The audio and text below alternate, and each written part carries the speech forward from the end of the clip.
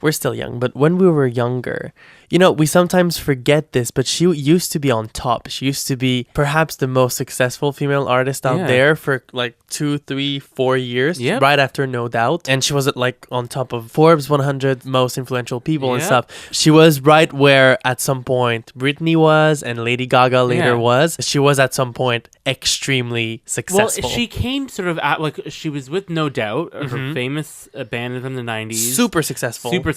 They just sort of hit with the Tragic Kingdom. Yep. And won a whole bunch of awards and sold a bunch of records.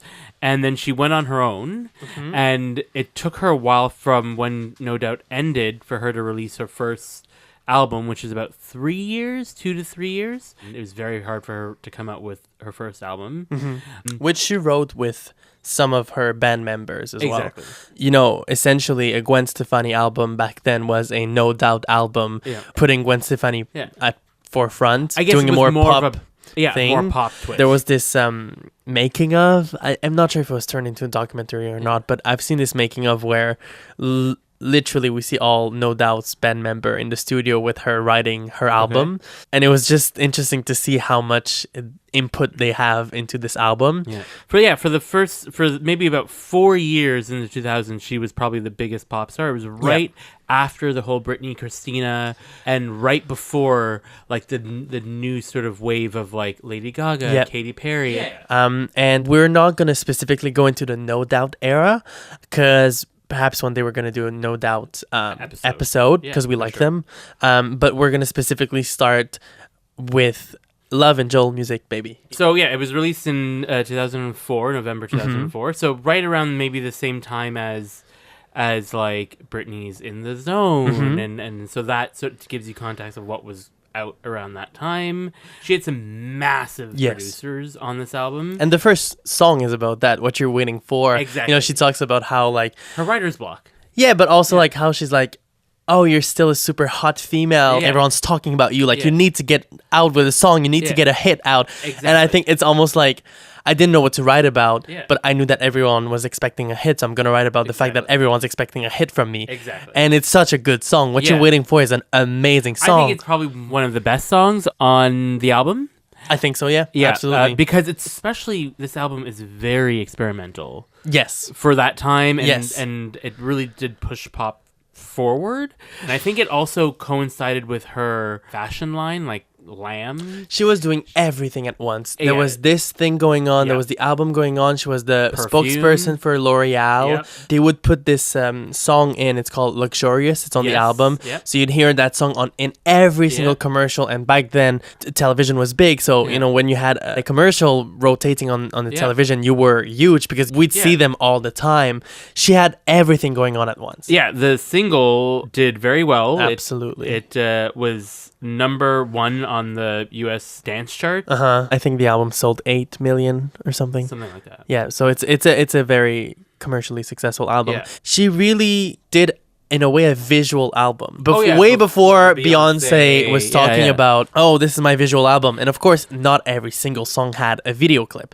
But if I think What You're Waiting For, I see her in the dollhouse. I see Alice in Wonderland. Exactly. A rich girl, I see her on her boat, like on her pirate ship, right? Hollaback, obviously, we see her in her downtown LA. Yeah, in her car and like marching band and stuff. Like the visuals were really fitting with the album. And she thought like maybe the way we see Lady Gaga is where Lady Gaga, when she comes out with a project, she thinks of every sort of aspect from visuals to all that. Gwen Stefani did exactly that, and I guess that's a true mark of like what a pop star needs to be. I remember when she was coming out with this album, she had said in an interview she wanted to sound like every song on the album was a single. I don't know if every single song on there is like a strong single material song. I really like What You're Waiting For, if we're to name a single. Obviously that's my favorite one, but I would also like to like name something that is not a single. I love Bubble Pop Electric, and I loved also Harajuku Girls. I don't know if I have recommendations. I will say that Rich Girl is out of all her songs that come on, Rich Girl's probably my favorite when it comes on. And it was nice to sort of see like Gwen Stefani back with Eve from a couple years ago. Prior to that, they had Let Me Blow Your Mind or something. Like that, So if I were to pick a non-single track, it would be Nothing. Cool. I think we can start talking about the second album. Yeah, the second album, which was called The Sweet Escape. And that was released... I love it. What, 2 years after? Yeah. I love this album. Do you think it's better than the first album? I think the singles are as strong.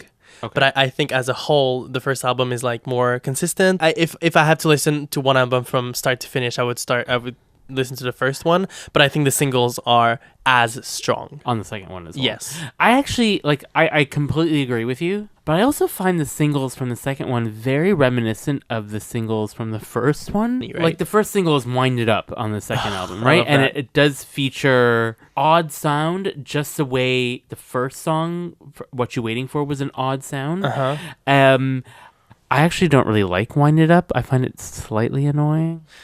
Yeah, I prefer The Sweet Escape if we're to compare like on the same album. But I don't think it's a bad song. No, it's not. But I think like the parts that I love about Wind It Up is the sample, is Sound of Music. And I'm a massive Sound of Music fan.